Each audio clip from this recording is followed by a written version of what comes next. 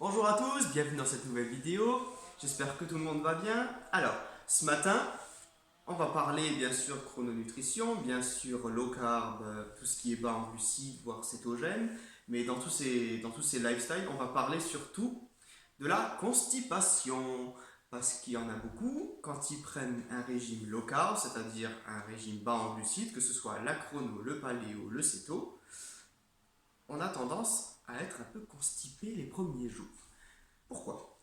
Tout simplement parce que, surtout pour les véganes végétariens qui changent de lifestyle, ou pour les personnes qui mangent énormément de légumes, énormément de végétaux, énormément de fruits, déjà, votre intestin, il a l'habitude de quelque chose qui est volumineux. Quand on mange des végétaux, on a l'habitude de quelque chose qui est volumineux. Quand vous mangez de la salade, des pommes, beaucoup de végétaux, c'est des trucs qui sont qui prennent beaucoup d'espace. Donc du coup, votre intestin, il est comme ça. Et quand vous passez à un régime bas en glucides, donc du coup, quand vous passez tout simplement en chrononutrition, par exemple, vous avez le volume des aliments que vous mangez qui diminue tout simplement parce que vous allez, même si vous augmentez vos calories, vous mangez beaucoup de fromage, beaucoup de viande, beaucoup de poissons qui sont des aliments riches en protéines et riches en graisses, pas très riches en fibres, et qui sont très denses. Et donc du coup, votre intestin, il passe d'un truc qui est volumineux, qui est volumique comme ça, à un truc qui est comme ça. Tout simplement, donc ça peut créer des bouchons et ça peut créer un ralentissement. Donc ça c'est pour les premiers jours. Donc si vous démarrez un régime type chrononutrition, paléo, céto, les premiers jours si vous êtes constipé, c'est normal.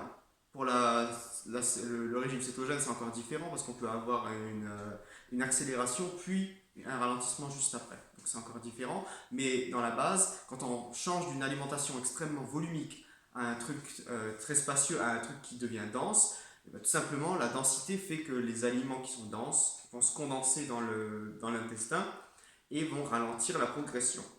Alors, j'enchaîne tout de suite avec les fibres. Alors, est-ce qu'on doit s'inquiéter? Est-ce qu'on doit manger plus de fibres? Est-ce que c'est pour ça qu'il faut manger plus de légumes, plus de fruits? Surtout pas. Alors, quand on est en chrono, paléo, céto, peu importe un des trois, de toute façon, on ne va pas augmenter pour autant l'apport de fruits et de légumes, tout simplement parce que l'apport de légumes pour certaines personnes, ça créerait de la rétention d'eau. Et l'apport de fruits pour certains, notamment chez les diabétiques et chez les personnes qui ont une glycémie vraiment pas très stable, ça va créer des dysrégulations au niveau de la glycémie et donc, non plus, c'est pas bien. Donc, par contre, ce qu'il faut bien savoir, c'est que l'apport de gras saturé le matin, c'est pas forcément je reviens sur ce que j'ai dit, le coût des fruits et des légumes qui sont chargés de fibres, c'est pas ça qui va faire que le tract intestinal va évacuer plus facilement. Bien sûr, les fibres, ça aide à évacuer. Mais je rappelle simplement à tous les fans de fruits et légumes et de fibres que le fait d'apporter trop de fibres à son intestin, ça peut créer des complications au niveau de l'irritation. Donc pour ceux qui ont déjà des maladies de Crohn et compagnie, qui ont un intestin perméable, un leaky gut ou encore un intestin tout simplement fragile, se gaver de fruits, de légumes, salades, melons, etc., tomates, surtout avec leur noyau, c'est pas la bonne idée. Donc du coup, j'enchaîne là-dessus. Il ne faut pas se gaver de fibres bêtement parce que de toute façon, le fait que l'intestin ils prennent la forme de ce qu'on mange. Donc du coup, si vous mangez volumique, ça va être gonflé. Si vous passez d'un régime qui est volumique à un régime qui est dense, ça va ralentir. C'est l'histoire de quelques jours parce que quand vous avez dans votre alimentation le matin, je vais rebondir là-dessus, du coup le matin quand vous mangez énormément de gras saturé avec le fromage en chrononutrition par exemple, vous avez déjà. Alors, c'est pas la peine de prendre du pain complet, c'est pas la peine de prendre du pain au son, etc. Ça va que vous irriter l'intestin pour rien. Bien sûr, si vous aimez, vous pouvez. Si vous avez justement un intestin qui est résistant, vous pouvez. Mais ceux qui ont des problèmes intestinaux, faites attention parce que ça risque d'irriter encore plus l'intestin. Donc, je vais finalement dire ce que je voulais dire dès le début.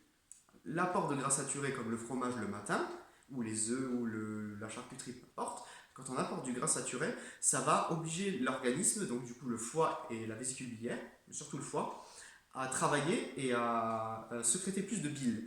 Et ce sont les sécrétions biliaires qui vont aider à évacuer le transit.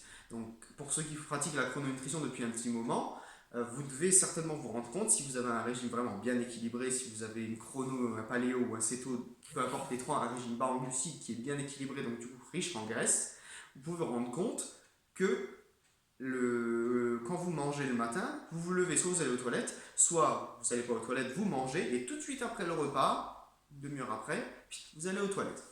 Bien sûr, le café et le thé peuvent aider, mais c'est surtout les sécrétions biliaires du foie et de la bile qui vont aider à évacuer le transit. Donc voilà, mon message, en gros, ne pas croire que c'est parce qu'on passe à un régime low carb, qu'on mange plus de fromage, de viande, etc., que de un on va attraper le cancer parce que c'est pas vrai, que de 2 on a besoin de se gaver de fruits et légumes parce que ça crée encore plus de catastrophes.